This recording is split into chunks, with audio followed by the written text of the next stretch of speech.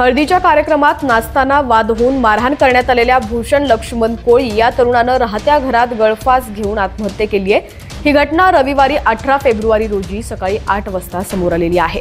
दरम्यान मारहाण करणाऱ्याविरुद्ध गुन्हा दाखल करण्यात आलाय। अन्यथा मृतदेह ताब्यात न घेण्याची भूमिका नातेवाईकांनी घेतली आहे। त्यामुळे शासकीय वैद्यकीय महाविद्यालय व रुग्णालयात गर्दी झाली होती। संपूर्ण बातमी पाहूयात। त्याआधी तुम्ही HPN मराठी न्यूज चॅनलला सबस्क्राइब केलं नसेल तर नक्की सबस्क्राइब करा, जेणेकरून आमचे अपडेट्स लवकरात लवकर तुमच्यापर्यंत पोहोचतील। तर भेलाणे इथं शनिवारी 17 फेब्रुवारी रोजी रात्री हळदीचा कार्यक्रम होता। या कार्यक्रमात नाचण्यावरून वाद झाला। त्यावेळी भूषण कोळी याला गावातील 4 जणांनी बेदम मारहाण केली होती। हा वाद नागरिकांनी मिटवला व त्यानंतर भूषण हा घरी निघून गेला होता। मात्र मध्यरात्री त्यानं राहत्या घरात गळफास घेतला, अशी माहिती मयत भूषणचे काका जनार्दन शामराव कोळी यांनी दिली। रविवारी सकाळी 8 वाजेच्या सुमारास भूषणनं गळफास घेतल्याचं समोर आलं व यावेळी कुटुंबियांना मोठा धक्का बसला। या तरुणाला शासकीय वैद्यकीय महाविद्यालय व रुग्णालयात दाखल केलं असता वैद्यकीय अधिकाऱ्यांनी मयत घोषित केलं।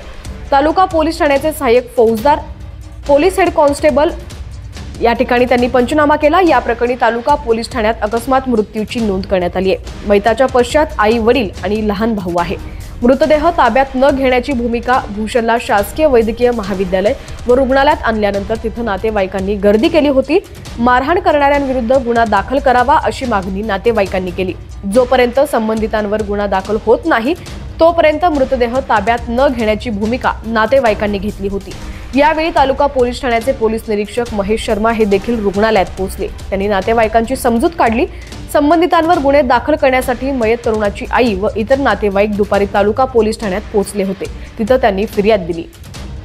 4 जणांविरुद्ध गुन्हा, 3घांना अटक।